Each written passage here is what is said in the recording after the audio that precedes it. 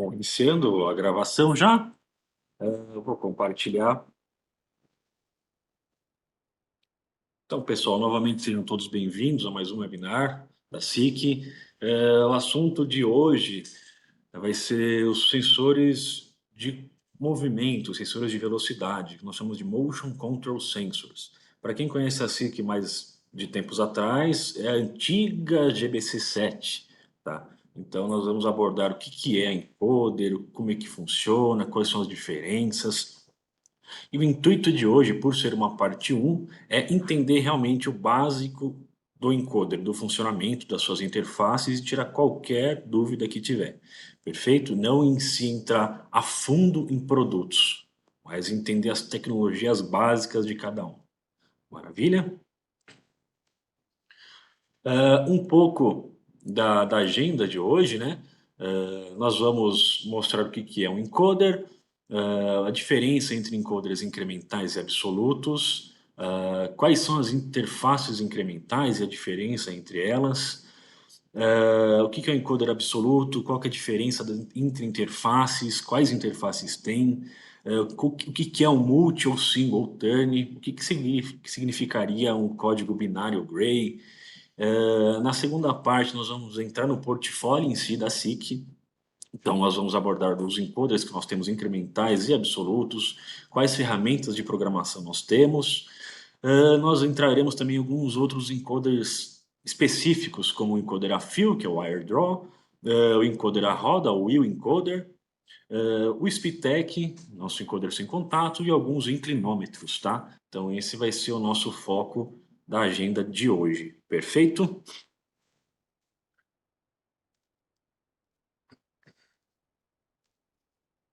Então, começando com o conceito do encoder. O que o encoder, um sensor de movimento, ele consegue prover?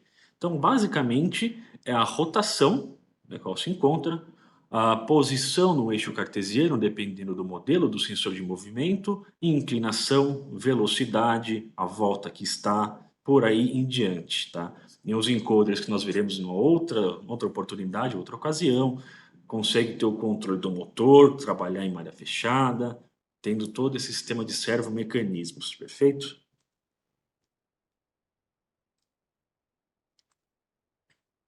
Então, para ilustrar e para desmistificar esse tabu de encoder, é muito delicado, não é? O que é um encoder? Vamos entender o princípio de um encoder, né? Então, como que nós encontramos o encoder no nosso dia a dia?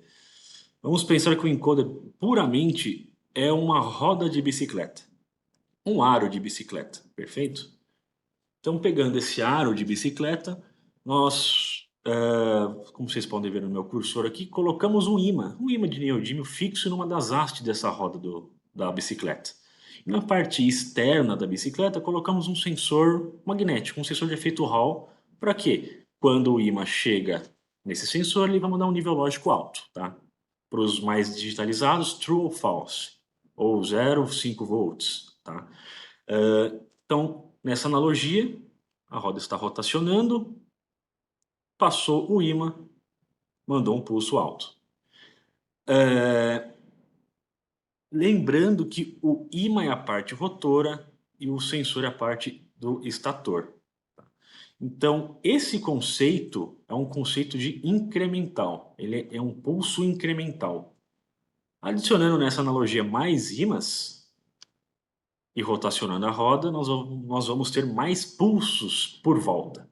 Tá? Então, isso é o conceito básico de incremento, de incrementação.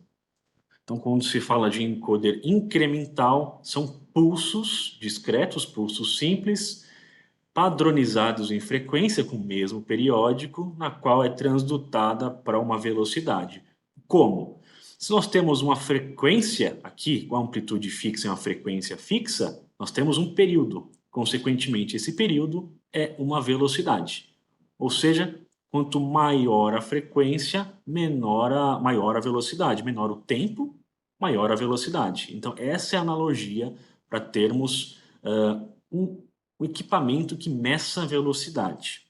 Perfeito, mas como eu disse anteriormente, o encoder não é só velocidade. Ele é posição, ele é voltas. Tem muito mais tecnologia embutida nele. Perfeito. Continuando essa analogia, se rotacionarmos essa roda para o sentido anti-horário, teremos de resultado de onda a mesma frequência. A mesma onda, com a mesma amplitude, com a mesma defasagem entre períodos. Isso é um problema, por quê? Porque nós não conseguiríamos distinguir um sentido horário de anti-horário.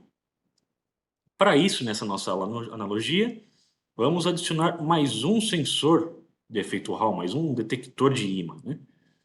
Então, assim, quando rotaciona para um sentido horário, ele vai ter uma sequência, um sequenciamento de fases. Então, nós vamos ter esses que nós chamamos de canais incrementais, tá? Então, se quando está rotacionando para o sentido horário, vai ter a primeira onda, no caso a vermelha. Quando estiver rotacionando para o sentido anti-horário, a primeira onda vai ser, no caso aqui, a verde, tá? Trazendo para o nosso mundo de encoders. Essas ondas aqui, esses sensores, o verde e vermelho, seriam os canais A e B de um encoder incremental. Tá? Então, essa é a analogia que nós fazemos para deixar claro. Então, ok, perfeito. Com base nisso, nós temos a velocidade e sentido de rotação. Bacana. Mas como que eu vou conseguir quantizar isso? Né? É aí que entra os nossos ímãs. Então, no caso aqui, da primeira parte, tinha um ímã por volta. Ou seja, um pulso por volta, ou também um pulso por revolução, ou um PPR, ou um incremento, tá? Então são nomenclaturas que é muito usual no encoder, que significam a mesma coisa. Então às vezes pode assustar. Quando você vê lá um encoder de 1024 INC, 1024 PPR, 1024 pulsos por revolução, pulsos por volta, é a mesma coisa. Então é a resolução desse encoder. Quantos pulsos ele vai dar perante a 2π, perante a 360 graus. Perfeito? Agora, puxando para o nosso mundo, né? A bicicleta seria transutada para o aro da bicicleta por um disco, tá? Um disco na qual antigamente era feito de vidro, né? Os modelos muito antigos, da década de 80, 90, mas tinha muitos danos, né? Agora aqui geralmente uma liga de níquel é um diferenciado, mas disco sólido com espessura muito fina, na qual, trocando os ímãs da analogia anterior, foram feitas ranhuras mecânicas aqui. Então, como se tivesse feito vários cortes e cortes na qual são simétricos de dimensão perfeitamente igual, com defasagem igual entre si, justamente para ter essa interpolação bonita de frequência. Colocando uma fonte óptica, uma fonte de luz, uma máscara, temos essa construção de encoder incremental. Tá? Então, na prática, nós temos isso aqui. Temos o nosso disco incremental, que consiste em ranhuras simétricas entre si, então não tem diferença entre elas. Um fotodiodo que vai emitir, a luz vai passar entre essas ranhuras. E conforme a luz for passando e chegando no chip receptor, o chip do encoder vai interpretar essa frequência de luz. Então, assim, a grosso modo, para quem já viu os webinários anteriores, não passa de um sensor de velocidade óptico, tá? No caso, existem outras tecnologias de encoder, mas a mais difundida no mercado para incrementais é encoder óptico, tá? É o funcionamento básico de um encoder. Então ele funciona desta forma aqui, conforme o recebimento de luz, a frequência de luz, ele vai criando o canal A e B, e nota que tem uma faixa adicional. Essa faixa adicional, eu vou abordar agora, é que nós chamamos de pulso Z, como ele acabou de passar aqui, ou pulso C, tá? Então esse pulso, ele é fundamental para dar uma referência para o encoder e para o controlador, porque tudo precisa de uma referência. Tá? Então, se você vai mexer em algum equipamento elétrico, ele precisa de uma referência, precisa de um GND, de um ground. Para o encoder, não é diferente. O sensor óptico, o sensor fotoelétrico, precisa de um teaching, precisa saber o que ele tem que se referenciar para poder atuar. Para o encoder também precisa de algo de referência. Então, no caso dos incrementais, além das ranhuras incrementais que ele tem uma ranhura adicional. Mas essa ranhura adicional ela é feita para referenciamento de volta. Então, ele só tem uma ranhura por volta, é feita para se encontrar. Então, na prática, quando esse encoder opera, Ele vai rotacionar a 360 graus, vai encontrar essa marca de referência, vai falar para o controlador, estou ok, estou referenciado, posso operar, tanto horário quanto anti-horário. Então, por isso que nós temos nos encoders sempre o canal A, B e C, ou A, B e Z, tá? Então, são os canais incrementais e o canal de referência. Agora, na nomenclatura de encoder incremental, né? Tá, eu entendi o que é incremento, mas por que incremental? Porque ele puramente vai, como eu mostrei nos slides anteriores, ele vai incrementando pulsos, ele vai somando pulsos. Então, essa soma de pulsos perante essa frequência vai ser transdutada por uma velocidade ou posição. Por isso, é encoder incremental. Ele vai somando pulsos, é um encoder somador. Perfeito? Um destaque especial para a marca de referência, tá? Uma marca adicional no disco. É a questão de resoluções incrementais. É muito convencionado fazer encoder a base 2, tá? O que seria encoder de resolução base 2? É um número elevado a 2, é 2 elevado a 2, 2 elevado a 4. Então, por exemplo, encoder de 2 elevado a 10, então seria encoder de 1024, 2048, 4096, 9148 e por aí em diante, tá? Então, geralmente é base 2, não se restringe puramente à base 2, tá? Tanto quanto valores altos, como eu acabei de demonstrar, ou valores menores, como 512, 256, 64, 32. E também existem encoders fora dessa base 2. Por exemplo, encoder de 100, encoder de 150, encoder de 2000 incrementos. Então, note que são valores altos. Então, neste caso aqui, nós temos 512 ranhuras por volta. Então, note que a sensibilidade desse encoder é muito alta. Existem encoder aí de, nós chamamos aí com 18, 20 bits. Então é 2 elevado a 20, que é um valor astronômico. Então imagina quantas ranhuras mecânicas tem um disco de encoder. Aí que vem a sensibilidade do encoder. Perfeito? Questão de interfaces incrementais. Bom, mencionei que ele trabalha por frequência, por pulsos, por defasagem, mas ele precisa ter algo quantizável para poder mandar isso para um controlador, certo? Para isso, existem algumas tecnologias convencionadas que não fogem muito do padrão, que são utilizadas para mandar esses pulsos, tá? Dentre eles o HTL, o TTL e o já em phase out no mercado mundial, que nem se utiliza mais, é muito, muito escasso e muito específico, é o Open Collector. Então, começando pelo TTL, então a gente vai abordar aqui as diferenças entre o encoder incremental TTL e o encoder incremental HTL. Perfeito? Então, assim, o TTL, começando pelo TTL. O TTL é o Transistor Logic. Para quem tem noções básicas de eletrônica, ah, esse nome já é comum, transistor, tá? Então, o que que ele utiliza eletronicamente de componente? Ele utiliza um transistor bipolar de junção, o famoso TBJ, tá?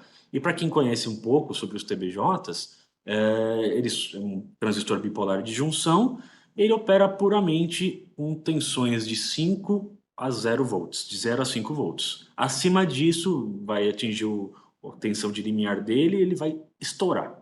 Tá? Então, mecanicamente, eletronicamente, ele não suporta tensões acima, muito acima de 5 volts. Por isso, que no nosso encoder, a saída dele vai ser de 0 a 5 volts. Tá? Então, encoder TTL. O TTL é uma tecnologia bem antiga, bem já escassa no mercado. Atualmente existem outras tecnologias, tá?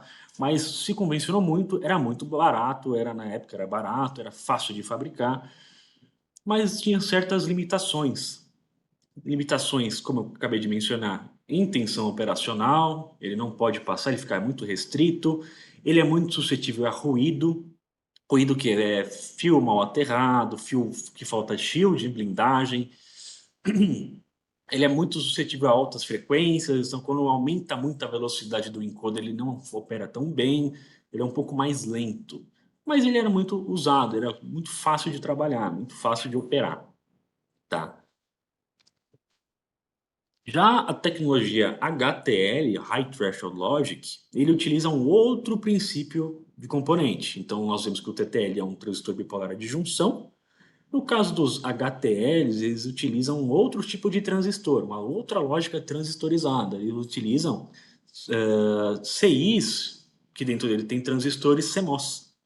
Então, são transistores de efeito de campo, não são transistores de junção. Tá, eu não tenho muita noção de eletrônica, Vitor, mas o que, que é isso? Então, a grosso modo, esses transistores de bipolar de junção, eles vão ter maior flexibilidade operacional de tensão.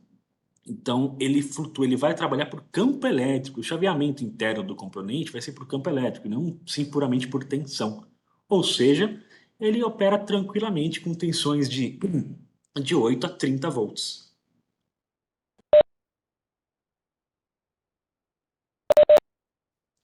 Um outro ponto positivo também é a questão em frequência. Então, eles operam tranquilamente em frequências mais altas. Uma tecnologia que agora atualmente está sendo mais barata, mais difundida. Tá? Então, essa é basicamente a diferença entre o HTL e TTL. TTL opera de 0 a 5 volts fixo, HTL pode ter essa flutuação de 8 até 30 volts.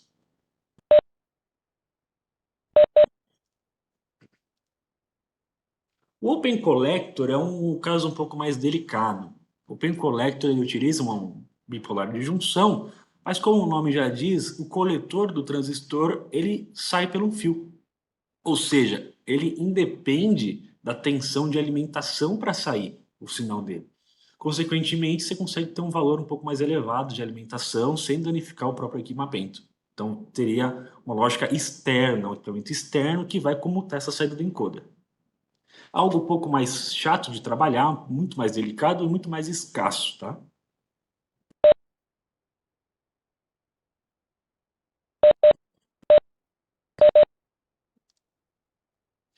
Agora a questão de canais diferenciais, tá? Isso é muito importante, a gente tirar qualquer dúvida que surgir. Nós vemos as diferenças entre HTL e TTL, e quando nós vemos o encoder fisicamente, nós notamos muitos fios, 8, 12, vários fios, né? Onde se encontra o canal A, B e Z que eu falei, né? Antigamente se utilizavam puramente um encoder, como eu mostrei no início, o canal A, B e Z e alimentação, ou seja, com 5 fios você conseguiria fazer um encoder funcionar. Só que com canais simples como esse que eu estou mostrando, nós temos uma amplitude fixa. Digamos que eu estou usando esse encoder HTL aqui, eu estou alimentando ele com 10 volts, logo a tensão modulada aqui vai ser de 10 volts. Ou seja, esse Vout, esse delta, tende a ser 10 volts. Mas como eu disse que o encoder ele é muito delicado, tem que estar com o cabo blindado, tem que estar com o aterramento correto. E acontece muito disso, de interferências eletromagnéticas, advindo de problemas de ruído, mau aterramento, etc e tal. Então, digamos que aqueles 10 volts previstos agora subiu. De 10 foi para 11 volts, tá? Isso é um problema? É um problema. Pode gerar danos para o próprio encoder, pode danificar o encoder e, consequentemente, pode danificar o controlador que está recebendo esse pulso incremental. Então, se ele está esperando, no caso, 10 volts, ele está recebendo 11, uma tensão um pouco mais elevada. Mas digamos que está recebendo tensão a mais, em vez de 10, está recebendo 15, 20 volts por falta de aterramento. Isso é um problema, pode queimar até seu CLP. Então é muito importante se atentar com isso. Então, para solucionar isso, existem canais diferenciais. Então, assim, eu posso até usar, dizer que mais de 80% dos encoders agora são canais diferenciais. Por quê? Porque ele tem, como o nome já diz, um canal diferencial. Ele vai ter uma amplitude positiva e negativa refletida para baixo.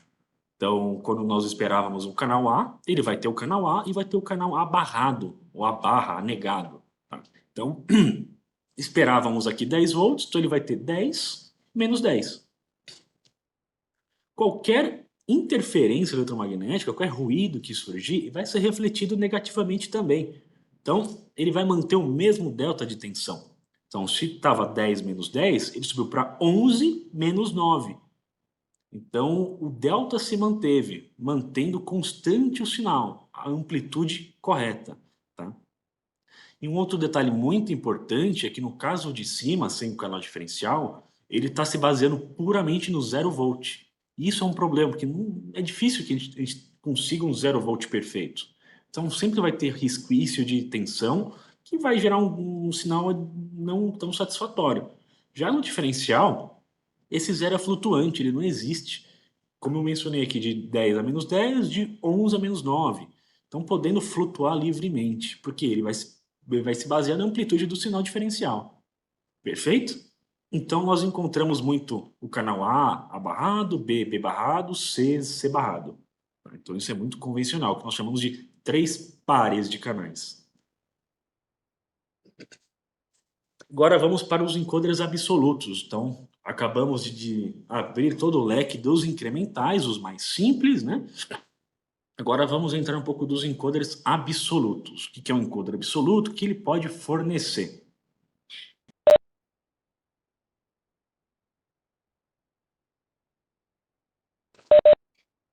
Então, os encoders absolutos, ele também vai se basear em pulsos incrementais, tá? Ele vai ter os seus próprios pulsos incrementais, até porque ele precisa de velocidade. Mas nota na animação que tem uma diferença um pouco bem distinta aqui dos incrementais, que é o próprio disco. O disco em si, ele é codificado, ele não tem ranhuras simétricas perante a seu 2π, mas sim tem uma codificação de emissão de luz. Consequentemente, você consegue ter um valor quantizável da posição que o encoder se encontra. Por quê? Nos encoders incrementais, a única referência que você tem de posição é o marca zero, o pulso Z, ou C. É a única referência que você tem. Ah, mas Vitor, eu consigo trabalhar com encoder incremental para ver posição? Tecnicamente consegue, mas com muitas limitações. Por quê? Você vai estar se baseando em cálculo. Você não está se baseando puramente em uma informação lida. Você vai se basear na marca de referência e quantos pulsos ela passou ou qual é o tamanho do periódico que ele recebeu durante uma volta. Então você conseguiria, grosso modo, trabalhar com a posição no encoder incremental. Não é indicado, não é recomendado, porque ele não é feito para isso. É um encoder para medir velocidade. Tá? Os absolutos, por sua vez, como mostrei na animação, ele consegue fornecer, além da velocidade, uma posição pela codificação. Na prática, tem o encoder incremental, desligou a máquina, ligou. Ele vai ter que encontrar a marca toda vez e operar. Nos absolutos, não. Assim que você ligar a máquina, ligar o sistema, ele já vai se encontrar, ele vai saber qual posição se encontra. Tá? No caso aqui, posição 000. Perfeito? E dentro dos encoders absolutos, aproveitando, ele pode se ramificar em multi ou simultâneo, ou seja, volta única ou multivoltas. Então, isso aqui é um pouco do caráter de construção do próprio encoder absoluto, tá? Nota que existem algumas diferenças agora, né? Então, nessa animação, nós conseguimos observar aqui ainda as ranhuras incrementais para medir velocidade, e aqui nos extremos, nesse exemplo, a parte codificada. Consequentemente, ele consegue saber onde ele está, além da velocidade. Neste caso aqui é um modelo especial, já com saída seno e cosseno. Existem N interfaces que nós vamos abordar aqui para frente. E nota uma diferença bem interessante na mecânica construtiva dele. Tá? No caso desse encoder, é um encoder multitâneo, um encoder multivoltas, que ele vai ser capaz de, além de saber a posição, saber em qual volta se encontra. Dentro dessa codificação de disco, temos basicamente na indústria, no mercado, dois tipos, o binário e o código Gray. A codificação binária, para quem tem um nível básico de eletrônica, nós já sabemos, né? Então, sabemos que o sequenciamento é 01, 10, 11, né? No código Gray, eu acho que é um pouco mais delicada, um pouco mais difícil de se ouvir falar, mas ele existe muito também interfaces antigas, como a SSI, mas existe uma diferença muito significativa nesse tipo de codificação. Então, note que nesses primeiros quadrantes ele tem uma diferença de comutação perante aos dois primeiros aqui. A grosso modo, o binário vai seguir a sequência binária aqui. geralmente conhecemos, o Gray ele vai comutar majoritariamente 1 bit por vez. Traduzindo isso para decimal, a sequência binária seria 0, 1, 2, 3, 4, 5 crescentemente. No Gray é um pouco diferente. Traduzindo isso para decimal, ficaria 0, 1, 3, 2, 6, 5, 4. É um pouco diferente na codificação, porque ele obriga a mudar somente 1 bit por transição. Então, no binário, tem transições que ele comuta 2 de uma vez. Ele desliga um, aciona o outro. No Gray, não. Ele obriga a um por vez. Por quê?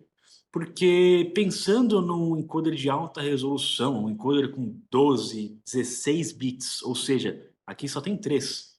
Colocando 16, existirão transições que vão comutar vários bits de uma vez. E pensando que o encoder vai operar em alta velocidade, pode ocorrer da perca de informação nessas transições aqui.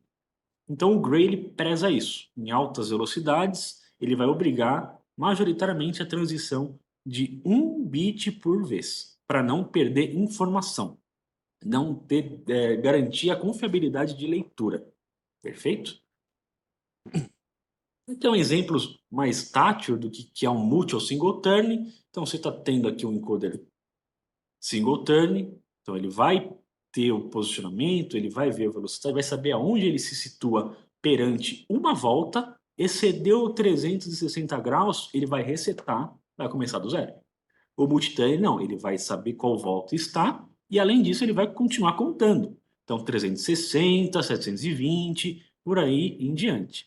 Perfeito? Então essa é a diferença fundamental entre o encoder multi e single turn. Tá? Ah, mas eu tenho uma aplicação que ele só tem uma volta única. Eu posso usar um multi-turn? Pode, ele só vai operar vendo uma volta, mas é muito encoder para pouca aplicação. E destaco que também não existe encoder melhor ou pior, existe aplicação ideal para cada um. Então, por exemplo, para um braço robótico, que ele só gira a 360 graus no próprio eixo, não tem necessidade de um encoder multi-turn. Seria mais adequado um encoder single turn, que ele só vai pegar uma peça, vai rotacionar e vai posicionar. Tá? Então, são exemplos de aplicação. Né? Um pouco da diferença entre os discos incrementais e absolutos, então nota que é uma diferença bem acentuada. Tem a parte incremental puramente aqui, a marca de referência. No absoluto também tem a parte incremental nos extremos e a parte codificada. Então você consegue ter esse destaque. No lado tem uma foto real de um disco absoluto, de um encoder absoluto. Então, também tem a marca incremental e a parte codificada. E nota um defeito bem típico nesses tipos de encoder óptico de disco, né? Então, esse dano aqui, seja por temperatura, seja por choque. Então, como eu mencionei que o encoder é muito sensível a alta resolução, tem muitos detalhes assim, ele contrapõe com a robustez mecânica. Então, o encoder, quando falamos de encoder, é esses dois extremos, esses dois polos. É a sensibilidade, a precisão de resolução, porém, é a força, é a robustez mecânica. Então, tem rolamentos, tem eixos de diâmetros grandes, comprimentos expansivos, redutores. Então, é esse contraponto que nós pomos para se falar de encoder. Então, um dano bem típico que pode acontecer em encoder é a falta de balanceamento de eixo. Então, se você instalou o eixo do encoder não alinhado com o centro, com a parte rotora, pode ter mais carga axial, radial no eixo e pode forçar e trincar o eixo. Ou, por exemplo, a falta de fixação, a má fixação do eixo, ou dos mancais, ou da flange, pode gerar atrito, pode esquentar o eixo demais e pode queimar, danificar a eletrônica e propriamente o disco. Então, sim, como eu disse, o encoder é essa bipolaridade, né? A parte forte e robusta mecânica se contrapondo com a sensibilidade eletrônica. Agora entrando um pouco das interfaces absolutas que geram muitas, muitas e muitas dúvidas. Né? Existem uma infinidade de interfaces absolutas. Por quê? Porque, como eu disse, ele vai te dar dados, né? Ele vai te informar uma informação, ele vai te dar uma informação, vai te dar um código. Esse código, você consegue transportá-lo de N formas. Então, eu não vou entrar muito a fundo em cada uma, eu vou só mais exemplificar, mostrar como é que funciona o básico, para a gente entender pelo menos como é que se diferencia uma da outra, tá? Então, nós temos as interfaces seriadas, as interfaces seriais, baseados mecanicamente, né, a parte fisicamente em RS-232 ou RS-485, tá? Então, para computadores um pouco mais antigos que usam esses tipos de interfaceamento, né?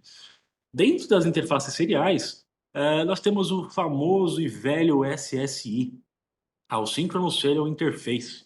Então, é uma comunicação ponto a ponto. Você não consegue fazer muitas topologias de redes, você não consegue criar muita coisa. É ponto a ponto. Eu mando informação, eu espero informação. Então, ela é muito cíclica e muito lenta também. Como é que funciona o pacote de informações? Como que eu vou mandar essas informações de velocidade, posição, rotação, sentido de rotação para um controlador, né? Por ser interface seriada e vai trabalhar com dados, ele vai se basear com um pacote, uma word aqui. Tá? Essa word, que vai conter um nível lógico alto ou baixo de cada sinal, vai ser mandada de acordo com um pulso de clock fixo do próprio equipamento. Então vai ter um master que vai estar lá recebendo os pulsos de, mandando, emitindo os pulsos de clock, e vai estar a contrapartida recebendo ciclicamente um por vez cada pedaço dessa word, cada byte, cada bit respectivo ao clock. Tá? Então, ou por borda de subida ou por borda de descida, ele vai mandar um pedaço dessa word.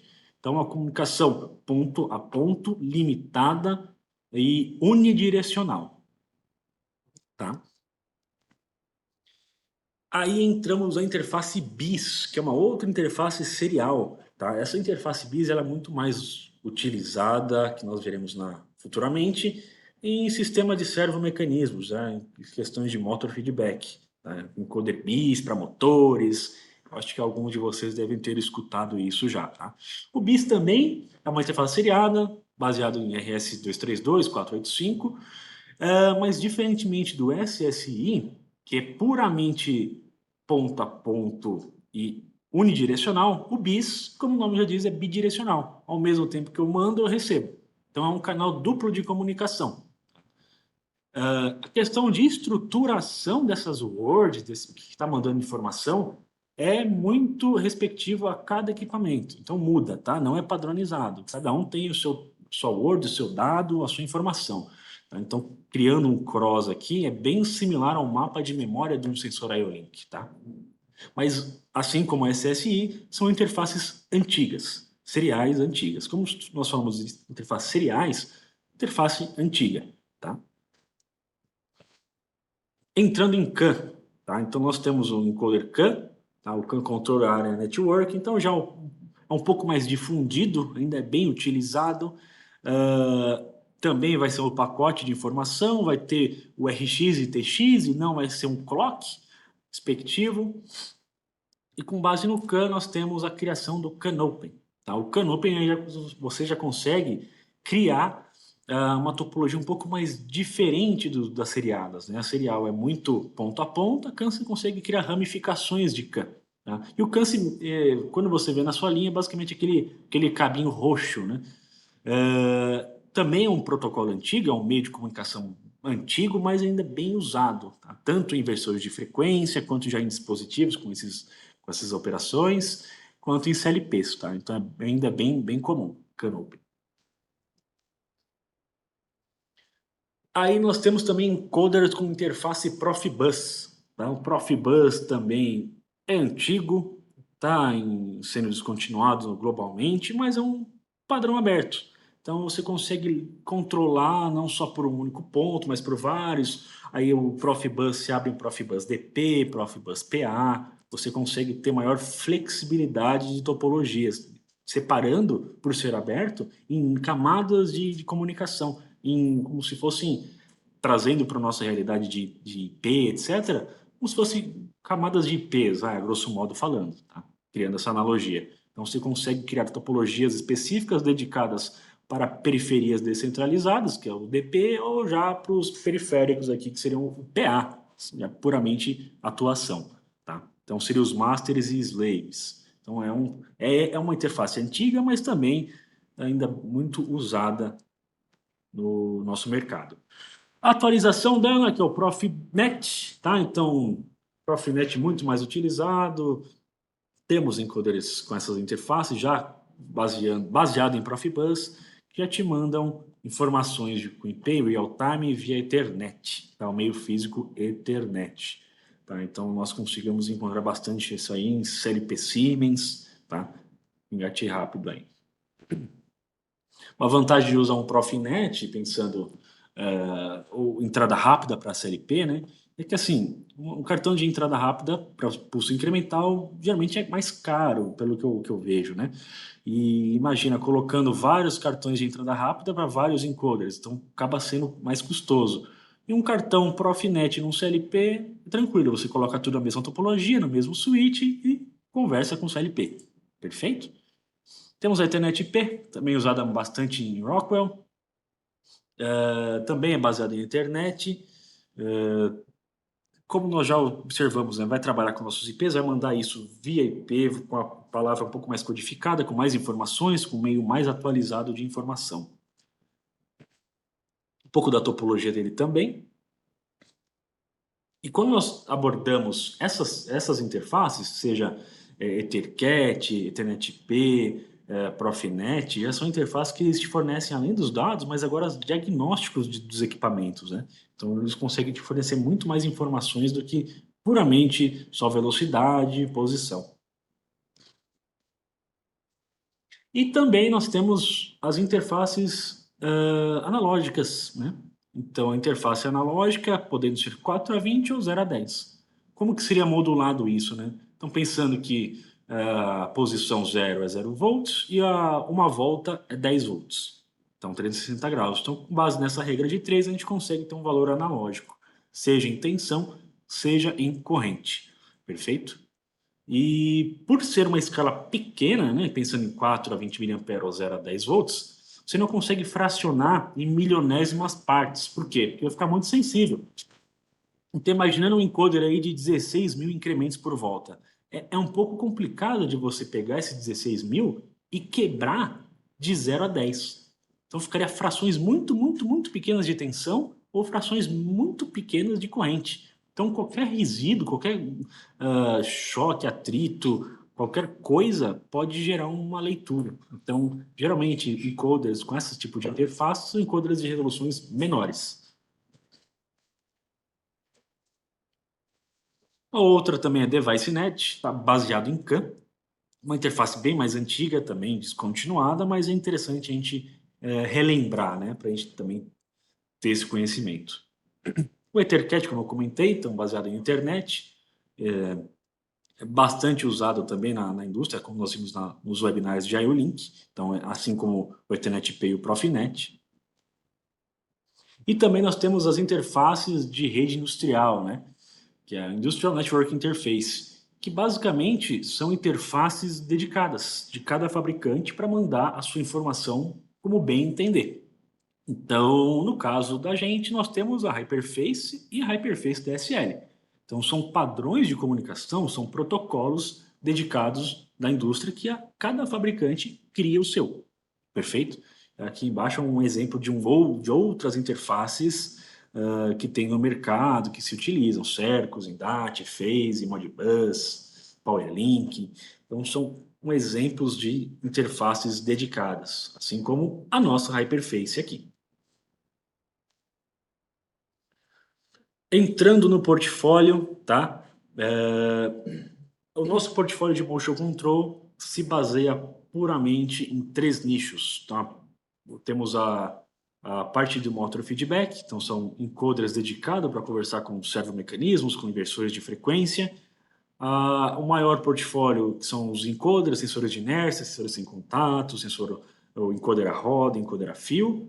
E a terceira parte, encoders lineares. Perfeito? Então temos um vídeo de demonstração.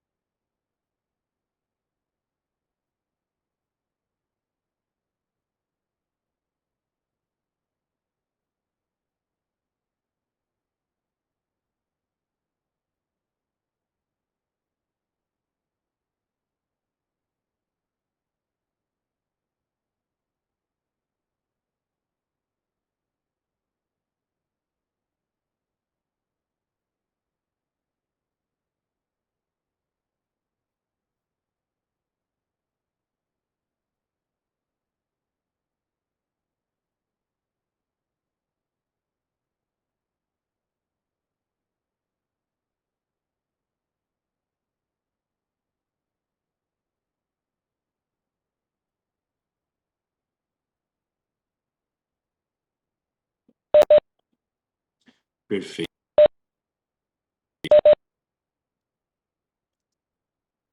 Então, entrando nesse primeiro nicho, né, nesse primeiro tópico que vamos abordar nessa parte 1 desse webinar, seria o maior portfólio, né, um dos encoders rotativos, encoders a roda, a fio, sensores de inércia. Então, esse é um pouco do portfólio e o Marco agora vai apresentar um pouco do portfólio, um pouco das soluções, um pouco do que a gente consegue fornecer de soluções tanto em posicionamento quanto em velocidade. Marco?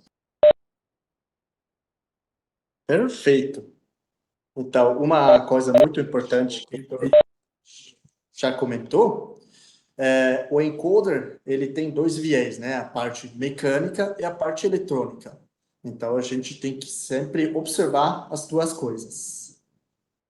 Aí, entrando no portfólio de encoders rotativos, né? A gente tem a parte dos incrementais e os absolutos. Então, primeiro a gente tem que identificar qual a minha aplicação, qual a minha indústria, né? E qual o meu tipo de equipamento onde eu vou instalar esse encoder.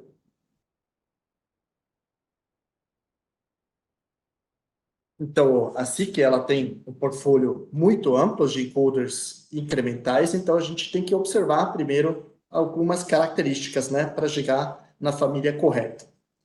Primeiro, né, como o Vitor comentou, a parte mecânica, né? A gente pode ter aplicações com exigências diferentes.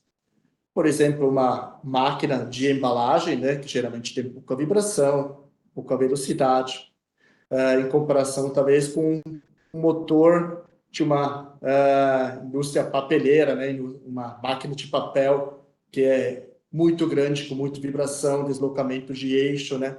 Então, são aplicações muito diferentes. Olhando para o nosso portfólio, na esquerda, a gente tem os nossos produtos TLS-40, DBS-36, que são os encoders menores, de tamanho 40 e 36 milímetros. Então, eles são exatamente, né, menores, significa que os rolamentos deles também não aguentam tanto força axial, radial e tanta vibração. Então, a gente costuma utilizar eles em aplicações como máquinas de embalagem, motores menores, né? Ambientes onde a gente não tem tanta exigência quanto a mecânica, né? Eles também têm algumas outras limitações, como a gente consegue ver, por exemplo, as resoluções desses dois modelos chegam até 1024, respectivamente 2500 pulsos, e também as variações mecânicas que a gente tem são um pouco menores que em outros modelos. Depois, quando a gente vai um pouco mais para a direita, a gente tem o DBS50, DBS60, que sejam encoders maiores, né? Então, a gente utiliza eles já em aplicações avançadas, onde a gente tem mais exigências quanto à robustez, e também a gente já consegue muito mais variações quanto de diâmetro de eixo, de fixações, e também números de pulsos, já chega até 5.000, no caso do DBS60.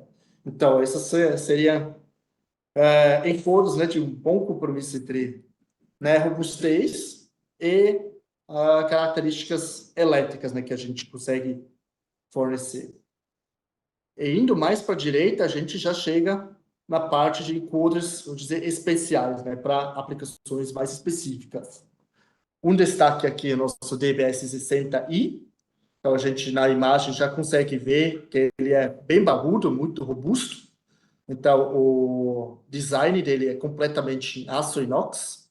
Ele é completamente blindado com, né, prensa cabo especial para chegar no grão de proteção IP69K. Então, esse equipamento a gente consegue utilizar em ambientes muito agressivos, como indústria alimentícia, indústria química, ou qualquer ambiente que exige realmente um encoder muito bem blindado, com materiais, né, muito robustos também, como nesse caso tudo em aço inox. Também uma aplicação especial é o DGS-80, porque ele consegue chegar em tamanhos de eixo de até 40 milímetros. Então, ele é realmente para também projetos mais parrudos, né? Por exemplo, siderúrgica, papeleiras, que tem aqueles motores maiores, a gente consegue utilizar esse modelo. E como ele tem um tamanho maior que os outros, ele automaticamente também aguenta muito mais choque, muito mais vibração. E a gente também consegue reduzir o eixo dele até 18 milímetros, então é uma opção muito versátil para aplicações que a gente chama de heavy duty, né, que realmente exigem uma robustez muito alta. E mais para a direita, agora o DFS 60. Esse é o nosso Coringa, realmente é o nosso carro-chefe hoje. Ele permite programar tudo que o Victor explicou nos slides anteriores sobre encodos incrementais. Então, a gente consegue programar número de pulsos de 1 a 65.536, saída HTL, TTL, sentido de rotação. O pulso zero, né, a gente consegue eletronicamente setar onde ele fica. Então, um produto muito versátil. Ele é ideal para quem tem vários modelos, por exemplo, dentro da fábrica, né? Aí você tem um modelo só em estoque, programa ele conforme a sua necessidade, né? Onde você precisa aplicar ele. Ou também quem tem projetos especiais, né? Sempre tem uma certa variação de número de pulsos, ou número de pulso que não é não tão comum de encontrar no mercado, né? Então, realmente uma opção ótima para essas aplicações que exigem mais versatilidade. E o último produto, mais para a direita, o DFS 60 Pro, seria o nosso encoder de segurança. Então, geralmente, ele trabalha em conjunto com o CLP de segurança, então, diferente dos outros encoders, ele não é para automação, mas realmente para proteger pessoas. Por exemplo, numa máquina CNC, né, quando o operador está fazendo manutenção dentro da máquina, ele tem que tirar a máquina em velocidade lenta. Esse encoder puramente vai observar se essa velocidade limite está dentro dos parâmetros, né, permitíveis, enquanto alguém está manipulando a máquina a velocidade baixa. Se por algum motivo essa velocidade aumenta, esse encoder, né, mandando os sinais para o CLP de segurança, o CLP desliga a máquina. E mudando agora para a parte dos encoders rotativos absolutos, a gente tem também um portfólio muito completo aqui. Mais para a esquerda, a gente tem o MAS, é um lançamento mais recente. Ele é um encoder sem contato, então ele trabalha através de campos magnéticos. Hoje, o conceito dele é mais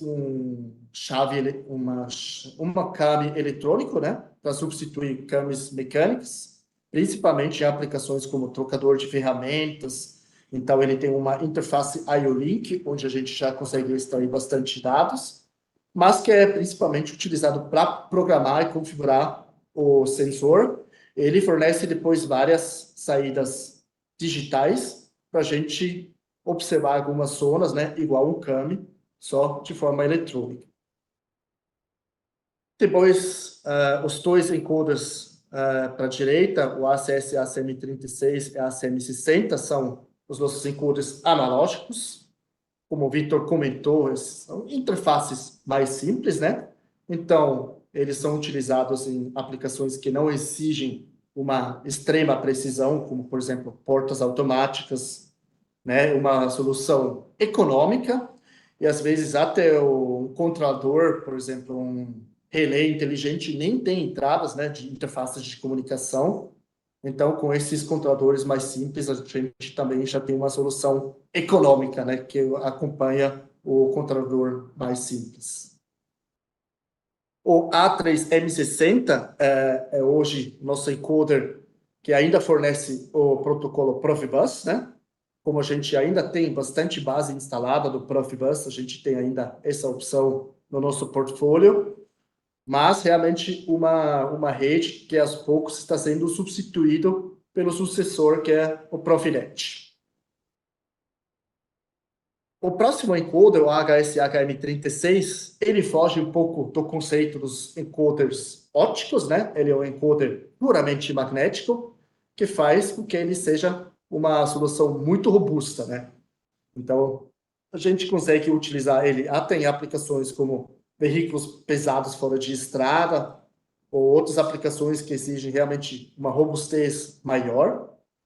Ele comporta, né, como é uma família mais recente, também interfaces mais recentes, como o IO-Link. Então, a nossa opção para quem quer trabalhar com essa rede IO-Link. Mas também CanOpen e SSI, porque são interfaces ainda muito utilizadas na parte de mobile automation, né, que são veículos fora de estrada, onde esse encoder, né, é um grande foco. Um encoder que está cada vez mais crescendo devido às suas interfaces, né, que são cada vez mais implementados para substituir interfaces antigos, é o AFS AFM60.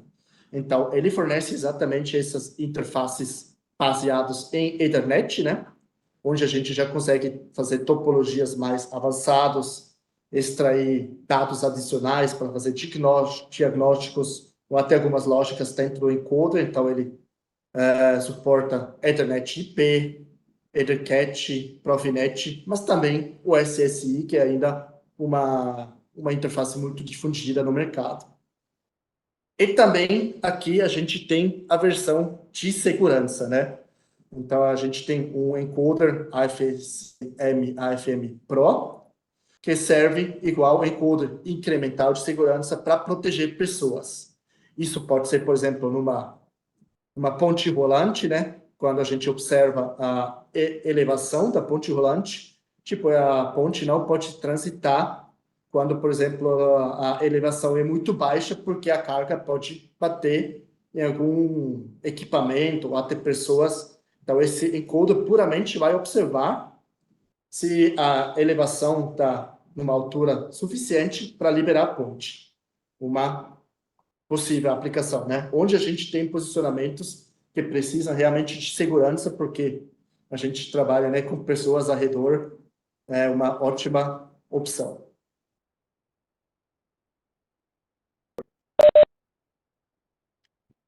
Perfeito. Obrigado, Marco.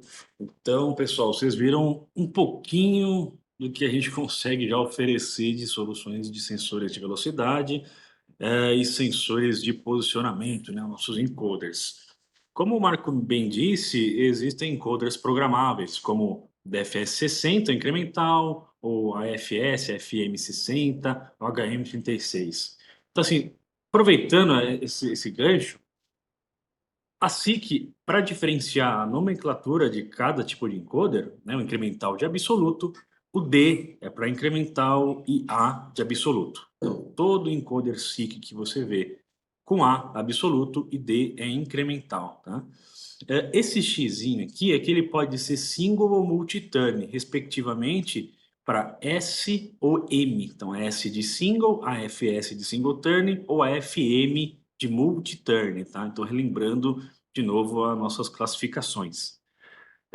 E para configurar esses tipos de encoder, existem algumas ferramentas de programação para isso, que nós chamamos de PGT. Então, para a configuração do DFS60 incremental ou os AFS, FM60, HM36, HS36, nós temos a PGT10 ou a PGT8. Tá? Então, sendo a PGT10 uma ferramenta portátil de bolso e a PGT8 para configuração em software no computador, via SOPAS. Então, você vai conseguir configurar, criar backups locais em sua máquina. A PGT10 é configuração rápida para a operação. Então, quais tipos de encoder, né, dentro dessas famílias? Que é o FMFS60 SSI ou o HM36 SSI, além do DFS60. E o que dá para fazer com isso? Né? O que dá para ser programado, reconfigurado? É o número de pulsos. Então, por exemplo, eu tenho um encoder de 10.000 incrementos, eu consigo reduzir para minha aplicação, para o meu bem entender, esse número de 10.000 para 1.000, por exemplo, ou para 500, ou para qualquer outro valor, 700, números não inteiros. Então, é uma versatilidade de ter um encoder programável junto com as suas ferramentas de programação. Além disso, podemos alterar eletronicamente HTL e TTL, tá? Então, pessoal, lembrando, como eu mencionei no início, TTL 0,5 volts pelo transistor bipolar de junção, ele não pode passar disso, senão ele estoura, ele queima o chipzinho. E o HTL, já com outra tecnologia, o bipolar, o transistor é feito de campo, né, o FET, tem CMOS, ou seja, a alimentação dele flutuante, consegue ficar de 8 até 30 volts. Então, você consegue eletronicamente mudar essa característica elétrica do encoder, tá? Mas, Vitor, como? Dentro dele, desses programáveis, com essas funções, já tem os dois transistores lá. Então, você pode configurar ou não, escolher qual que você quer utilizar ou não. Sentido de contagem de pulsos, isso é muito importante, né? A forma de o sentido horário, anti-horário de pulsos. Ele está rotacionando no sentido horário, mas eu quero que o meu controlador compreenda como horário, ou vice-versa, tá? Então isso é possível também, eletronicamente. O comprimento do pulso zero, lembrando que o pulso zero é o pulso Z, ou o pulso C do encoder. Então você consegue aumentar esse tamanho, tá? Para você, sei lá, por exemplo, não está dando tempo suficiente para o controlador interpretar esse pulso, aumenta o comprimento. Tá? Ou seja, diminui a frequência, aumentando o nível, o tempo que ele vai ficar acionado. Ajuste de posição do ponto zero, isso é bem interessante. Lembrando que o ponto zero, ou marca C ou Z, é uma ranhura adicional mecanicamente feita no disco. Mas você pode não puramente usar ela, você pode criar um pulso zero virtual, que é esse ajuste de posição do ponto zero. Então eu não quero me basear mecanicamente naquele ponto zero. Eu quero que ele veja a posição que está e a partir disso marque o ponto zero digitalmente. É possível também. Então um ponto zero virtual, né? Transferência de dados entre encoders, tá? Então tem encoder, por exemplo, da FE60, você consegue fazer uma programação e colocar e descarregar essas configurações em outros da linha, desde que sejam iguais. Tá? Isso nos incrementais. Para os absolutos, que são SSI, você consegue alterar o código Gray ou binário. Relembrando, o binário é o mais difundido, né? Então em decimal é 0, 1, 2, 3, 4, 5, etc. O Gray ele muda essas configurações. Então, decimalmente falando, é 0, 1, 3, 6, 5, 4, muda um pouquinho por conta da transição por vez de bits. Tá? Então, lembrando que o Gray ele é mais seguro em altas velocidades, mas ele é muito exclusivo. E o binário é o mais difundido. Então você já tem internamente lá um conversor Gray binário que você consegue puramente configurar. Agora eu quero que meu controlador entenda, receba binário, não Gray. Você consegue configurar. Número de pulsos por volta, assim como o de pulsos, né, lá de cima, do incremental, você consegue também reconfigurar. Então, pensando no encoder absoluto de mais de 65 mil pulsos por volta, você consegue trabalhar para menos isso. Eu quero que esses 65 mil sejam, por exemplo, 10 mil. Você consegue trabalhar. Para cima, valores acima disso, não. Isso não é possível. Então, se eu tenho um encoder de 10 mil incrementos, eu quero aumentar para 50 mil, isso não é possível. Somente decrescendo, tá? O número de voltas. Então, você consegue resetar, trabalhar essa resolução de voltas que tem. Tá? Então, assim, para deixar claro, em encoder absoluto, nós temos duas resoluções. Temos a resolução de volta única, assim como os incrementais, e temos a resolução de multivoltas. Tá? Então, claro, né, nos modelos absolutos, multi-turn. Então, ele vai ter dois valores de resolução. Ou seja, digamos que nós temos um encoder de 10 bits single turn e 10 bits multi-turn. Traduzindo isso, seria um encoder de 1024 por 1024. Ou seja, ele vai ser um encoder que ele vai dar 1024 pulsos em uma volta e ele vai dar 1024 voltas. Então a resolução total desse encoder seria 1024 ao quadrado, 1024 vezes 1024, que é o tamanho total de medição que ele tem, do range total dele, né? Então você consegue trabalhar esse número de voltas também pela ferramenta de programação, seja ela PGT10 ou 8. Ajustar o ponto zero, assim também como os incrementais. Também, caso houver uma saída adicional nos absolutos, como tal, inverter HTL ou TTL. Tá? Nas interfaces, por exemplo, do SSI, né, que tem aqueles pacotes binários, aquela word, você consegue reprogramar o sequenciamento daquela word. Você consegue mudar a sequência de envio de informação. Então, isso é bem bacana para o seu controlador. e habilitar um bit de erro. Então você consegue adicionar na mesma Word SSI um bitzinho adicional para alarme. Modo síncrono, assíncrono perante ao master. Você consegue também trabalhar, isso aqui é um pouco mais técnico, mas trabalhar esse sincronismo com a máquina do clock, né? O master e o slave. Temos também a ferramenta PGT10, tá? PGT10 ela consegue configurar os encoders HS36 ou HM36 CANopen, os inclinômetros TMS, TMM61 CANopen e os TMM, TMS, o inclinômetro também analógico e CANopen, tá? Então é uma outra ferramenta de programação. Ela é fisicamente idêntica à PGT10, só que ela tem uma eletrônica diferente para poder configurar esses tipos de equipamento, tá? Então, que ele consegue programar nos encoders CANopen, HM36, HS36, você consegue mudar o ID dele, o baud rate, a taxa de comunicação, o número de passos por volta, o número de voltas, o sentido de rotação dele, horário anti-horário, a função preset, ou seja, a partir do zero dele, já quero dar um boost nele, eu já quero aumentar uma resolução adicional. Então, a cada início, eu quero que aumente a 5.000. É uma função preset, de começar, não no zero, em si, no valor pré-setado. Tá? O inclinômetro CANopen você consegue também editar a identificação, taxa de comunicação, as faixas de medição dos eixos cartesianos, x e y. Então você consegue trabalhar esses valores para as inclinações que a gente vai abordar na sequência, a direção de contagem, filtros, alguns filtros digitais para suprimir algumas vibrações. E no analógico, você consegue trabalhar a faixa de medição também no eixo cartesiano, mas trabalhando com 4/20 ou 0/10, podendo configurar livremente isso aí. Feito assim como os filtros digitais. Entrando agora em alguns nichos de produto um pouco mais dedicado para algumas aplicações, né? Temos o encoder a fio ou encoder wire draw. Então são essas mecânicas. Eu não vou entrar muito em detalhes, porque os encoders a fio é puramente uma mecânica acoplada ao encoder previamente visto. Então são mecânicas adicionais para o encoder.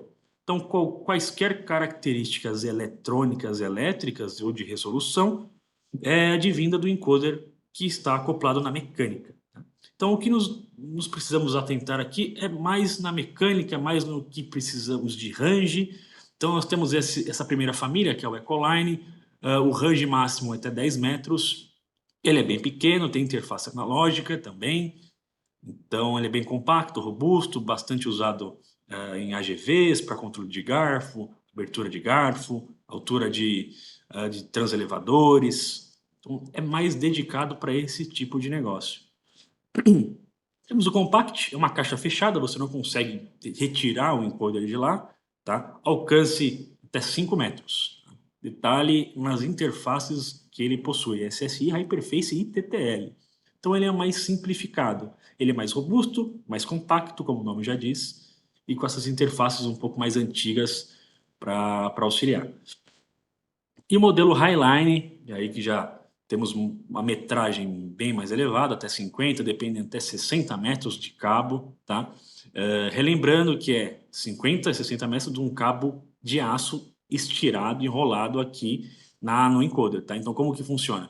Conforme linearmente vai saindo o cabo, vai rotacionando o encoder. Consequentemente, já consegue ter uma razão em metros dos incrementos. Quantos metros saiu para quantos pulsos foi. Então, essa é a vantagem do encoder a fio, encoder wire draw. Agora, uma dúvida que pode surgir, né? Por que eu vou usar um encoder a fio, sendo que posso usar um encoder convencional no eixo? Né? Porque, como eu já demonstrei, o encoder a fio ele vai medir diretamente o que ele tem que medir. É uma altura, uma mudança de posicionamento. Então, é uma medição mais direta no que eu quero ver. É uma aferição mais direcionada para a minha aplicação.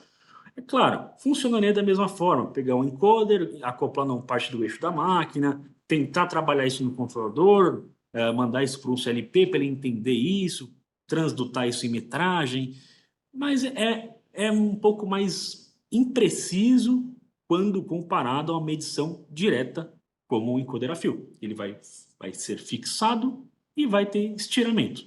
Esse estiramento já vai ser um pulso incremental, diretamente. Tá? Então, é a principal vantagem.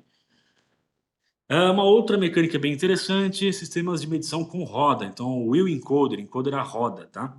Assim como os encoders a fio, é uma mecânica adicional para os encoders previamente que nós temos, tá? Então, como um demonstrativo, temos algumas famílias desses encoders a roda e também temos o SpeedTech com contato. Isso aqui é um comparativo bem interessante que eu vou abordar, que são soluções de medição de comprimentos, medição de peça, com contato ou sem contato direto. Então, um pouquinho do overview, né? Temos o DBV50, que se baseia no DBS50, esse encoder, tá? Assim como eu comentei nos encoders a fio, qualquer característica eletrônica, elétrica, é advinda do encoder que está acoplado. Tá? O que devemos atentar é a circunferência da roda. Tá? Circunferência da roda, quantas rodas tem, se usa o ring, se é um anel de borracha. Temos esse DKV60, que também se baseia no DBS50, DUV60, o DFV60, roda dupla, que se baseia em DFS60. Relembrando que o DFS60 é o único que nós temos programável, tá? É o nosso único encoder incremental programável. Então ele é bem utilizado aí em indústrias mineradoras, indústria de processo, ele é bem difundido, tá? Pela flexibilidade, versatilidade, roda dupla, garantindo sempre um contato, uma parte da esteira ou não. Temos também o MWS 120, tá? Então, o interessante dele é o encoder que vai acoplado, o HM36, que tem IO-Link. Consequentemente, você consegue extrair dados desse IO-Link do encoder para trabalhar, criar um dashboard, por exemplo, né? Então, lembrando que o único encoder IO-Link que nós temos, puramente encoder, é o HM36, o HS36, é o absoluto. Temos o SpeedTech. O SpeedTech é uma outra solução de medição de velocidade e comprimento, mas sem contato. Então, para quem não conhece, é um sensor óptico, é um encoder óptico com precisão micrométrica a laser. Tá? Ele vai medir a velocidade, assim como qualquer outro encoder rotativo, mas sem contato. Então, um pouco do vídeo.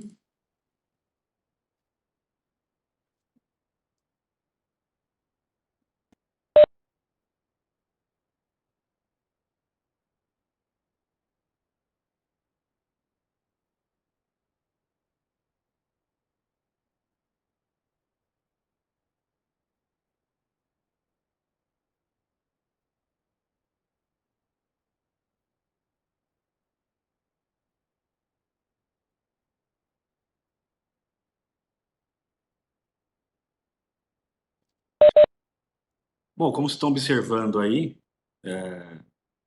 o SpeedTech está medindo o comprimento, verificando a qualidade, mandando IOs de acordo com o comprimento medido para algum corte, algum processo.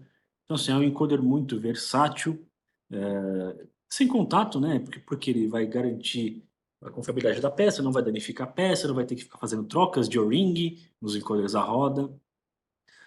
Saídas incrementais, né? TTL ou HTL. Então, alguns exemplos de aplicação com o SpeedTech. Tá? Bem versátil.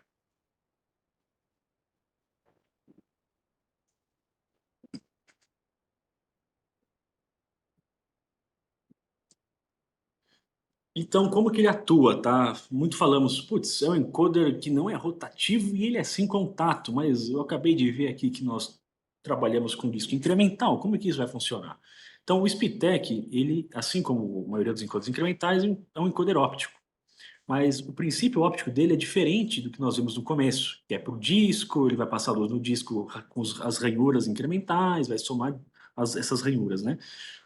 No SpeedTech, ele vai trabalhar pelo efeito Doppler. Então, para quem não conhece o efeito Doppler, é o efeito que a ambulância faz quando se aproxima de você. Então, o que é o efeito Doppler na prática?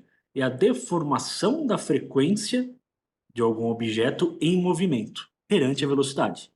Então, quando algum objeto está se aproximando de você, está emitindo uma frequência X, quando está se afastando de você, uma frequência Y. Então, traduzindo isso para o SpeedTech, ele vai mandar em dois canhões distintos, dois feixes de luz, e vão ter deformidades na onda de formas diferentes. Tá? E lembrando que esses dois canhões são independentes entre si, não são emissor e receptor. Então, nota essa diferença. Ele vai mandar frequências iguais, perante a velocidade da esteira do objeto, ele vai sofrer deformação, vai receber essa frequência distorcida. E esse delta de distorção, seja do canhão 1 ou 2, vai ser transmutado em pulsos incrementais, nas quais, na razão micrométrica. Tá?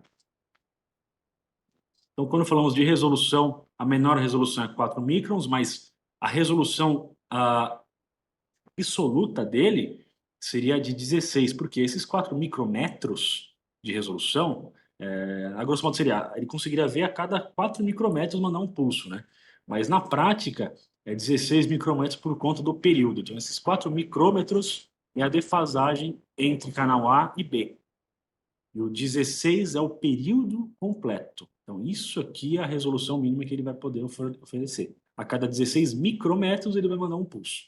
Então, a resolução mínima que ele consegue. E no modelo programável, você consegue subir isso aí em base 2. Como eu disse, ele é sem contato, tem encoder óptico, laser classe 1, tá? Então não é nocivo ao olho, não precisa de nenhum enclausuramento especial. Algumas aplicações, medição de velocidade, materiais sem fim, com fim, medição de produtos já cortados, produtos extrusados. Então, N aplicações para esse tipo de encoder, com uma precisão muito, muito alta. Entrando nos sensores de inclinação, sensores de inércia, nós temos um pouco do portfólio. Então, como é que se baseia os sensores de inércia que nós temos atualmente, né? Se baseia nos MEMS, que são os sistemas microeletroeletrônicos. Tá, mas o que é isso? Isso é basicamente os dispositivos que nós temos nos nossos celulares. Então, quando você pega o celular, rotaciona, chacoalha ele, ele faz alguma ação perante isso, é a mesma tecnologia que tem nos acelerômetros, nos inclinômetros que nós temos. Perfeito?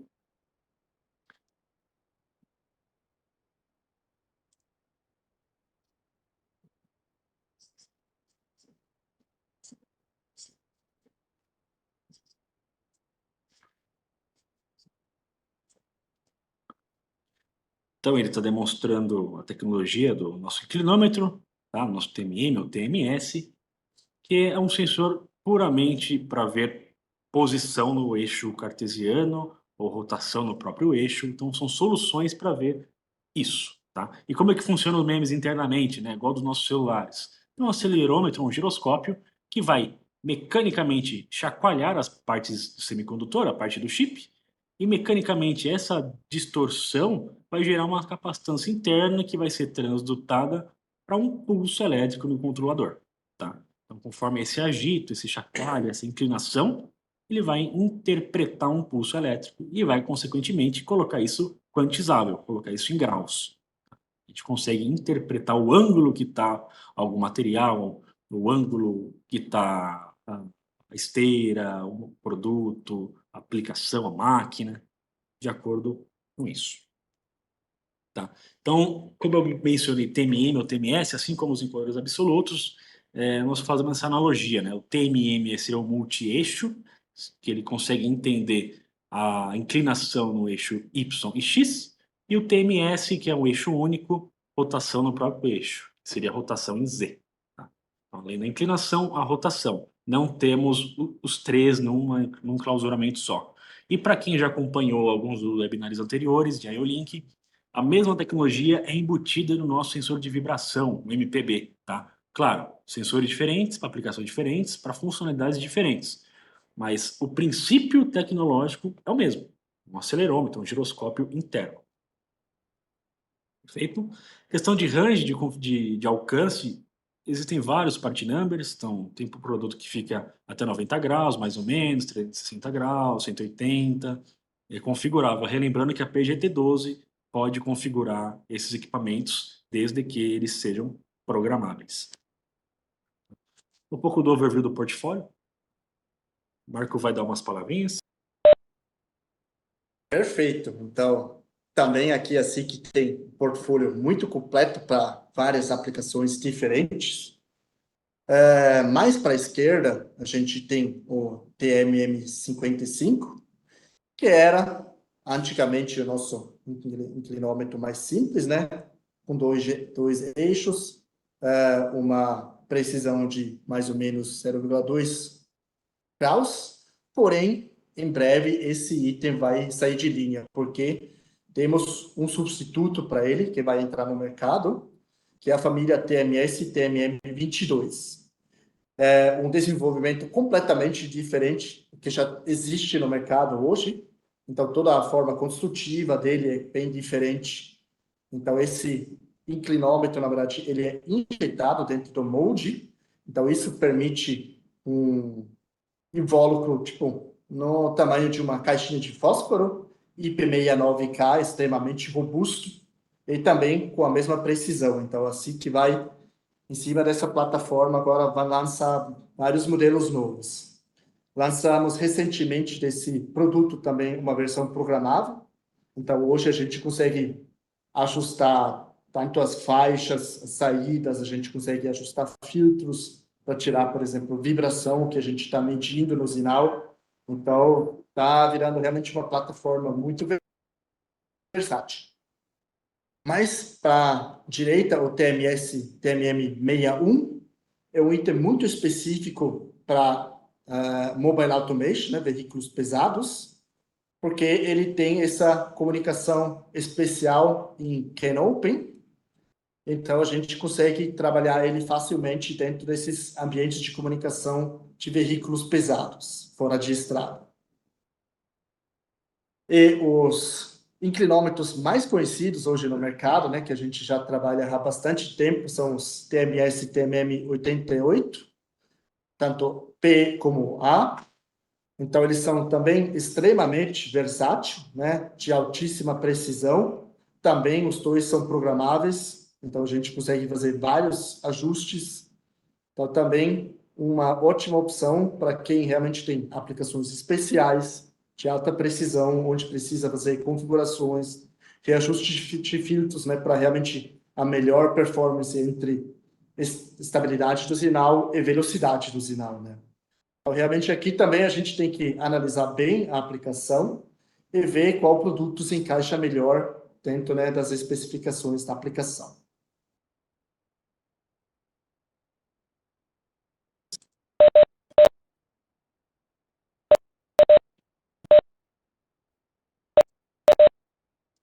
Um pouco das características, né, de TMS e o TMM22. Então, só um overview bem geral, né?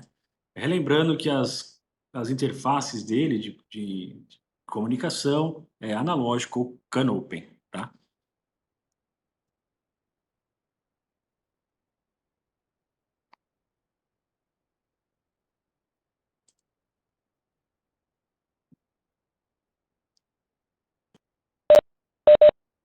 ouvindo? Perfeito. Temos também o TMM61, como o Marco falou, puramente CAN-Open, então um pouco das características dele. Um pouco do TMM88. Tá? E o que eu quero agora abordar, antes de nós finalizarmos, é um pouco de um hands-on, tá? Mostrando um pouco dos nossos simuladores, um pouco do nosso encoder absoluto em IO-Link. Perfeito? Então, vou parar de compartilhar.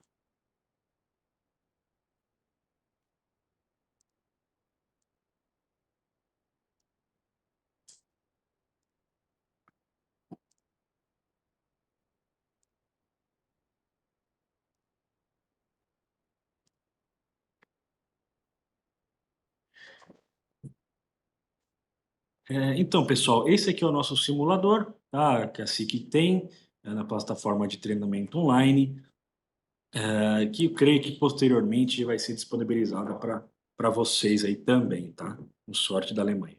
Então, aqui a gente consegue simular algumas características de alguns encoders do nosso portfólio, tá? Então, brincando com algumas simulações, com alguns materiais, velocidade, velocidades anti-horário, horário. Conseguimos ver os encoders à roda, o próprio SpeedTech, alguns encoders incrementais, a gente consegue trocá-los, o absoluto, por exemplo, e verificar o que ele está fornecendo, né? Então, aqui, um software um pouquinho mais pesado, gente consegue ver, por exemplo, no encoder absoluto, a velocidade que está passando agora, o ângulo de rotação e quanto que ele já rotacionou, seja single ou multi-turn, perfeito? E isso consegue também simular com alguns outros materiais, por exemplo, borracha, ou materiais já cortados, processados, como madeira, metais, vidro, e simular o comportamento, seja em encoder puramente incremental, ou absoluto, ou no próprio Speedtech, nos nossos inclinômetros, e tentar brincar com esses produtos aqui, tá? Para ver a performance, né? Além disso, um exemplo de aplicação que nós conseguimos, tá? E também é interessante eu mostrar para vocês os SOPAs, que é o nosso exemplar aqui de encoder absoluto. Então, eu vou conectar um HM36, aí o link, no software. Relembrando para quem também já acompanha os webinars, para fazer esse tipo de interfaceamento em IO-Link, é necessário o conversor chamado C-Link para poder conversar IO-Link com o USB do computador, tá?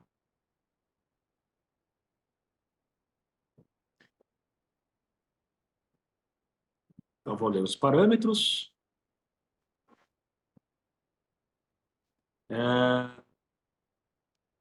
Aqui, nota os dados já do próprio equipamento, assim como os dispositivos IO-Link puramente ditos, a velocidade e a posição em tempo real, assim como o gráfico. Então, eu vou rotacionar o encoder por um sentido, ele vai incrementar a sua posição, lembrando que ele é um multi-turn. Se eu rotacionar para o outro sentido, eu vou reduzir essas posições, eu vou decrementar a posição e vou ler uma velocidade negativa, tá? Então é bem interessante. A configuração desse encoder. Então, assim como os dados IO-Link, ele tem um mapa de memória específico, com os bytes do service e process data, tá bem descritos, com os valores, as informações convencionais do IO-Link, né? Então, o nome do vendedor, a versão de firmware, etc, etc. A parte de configuração, nós conseguimos mudar essa razão, tá? Então, no caso aqui, ele é um encoder no máximo 4096, ele é 12 por 12, mas eu consigo, por exemplo, reduzir esse valor aqui.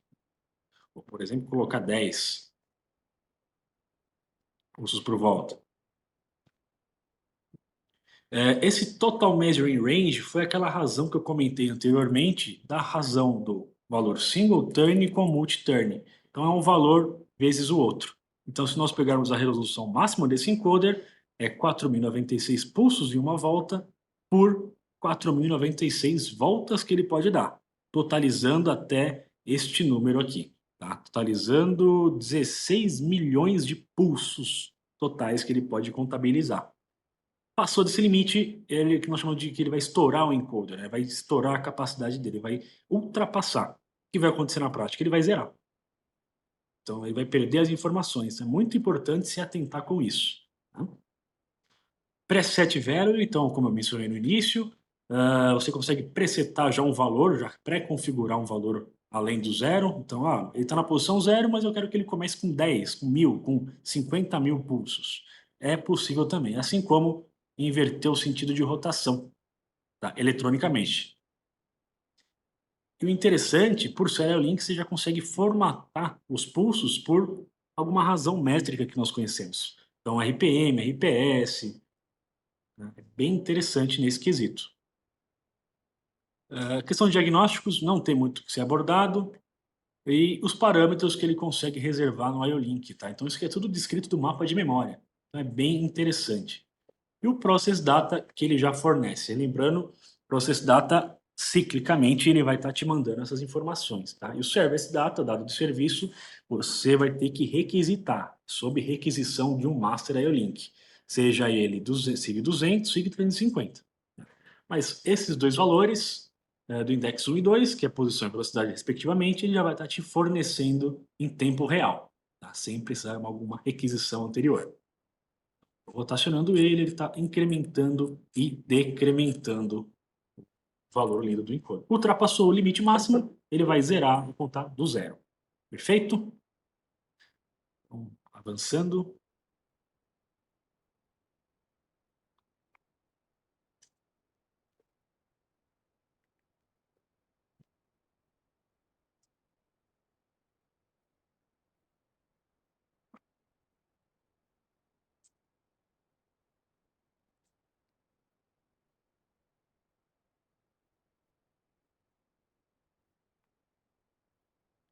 Então, pessoal, estamos caminhando aqui para o fim desse webinar, então eu agradeço a atenção de todos e relembrando, fazendo aqui um overview do que nós vimos hoje,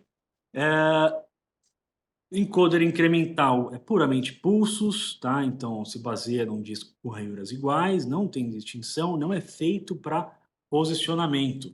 Tá? Em contrapartida, o encoder absoluto ele te fornece, além da velocidade, uma posição que está, uma volta que está, a posição do eixo mecanicamente dito, tá? E dentro dos absolutos ele vai se abrir em single ou multi-turn, então volta única ou multivoltas, conseguindo aí aumentar o seu range de leituras, tá?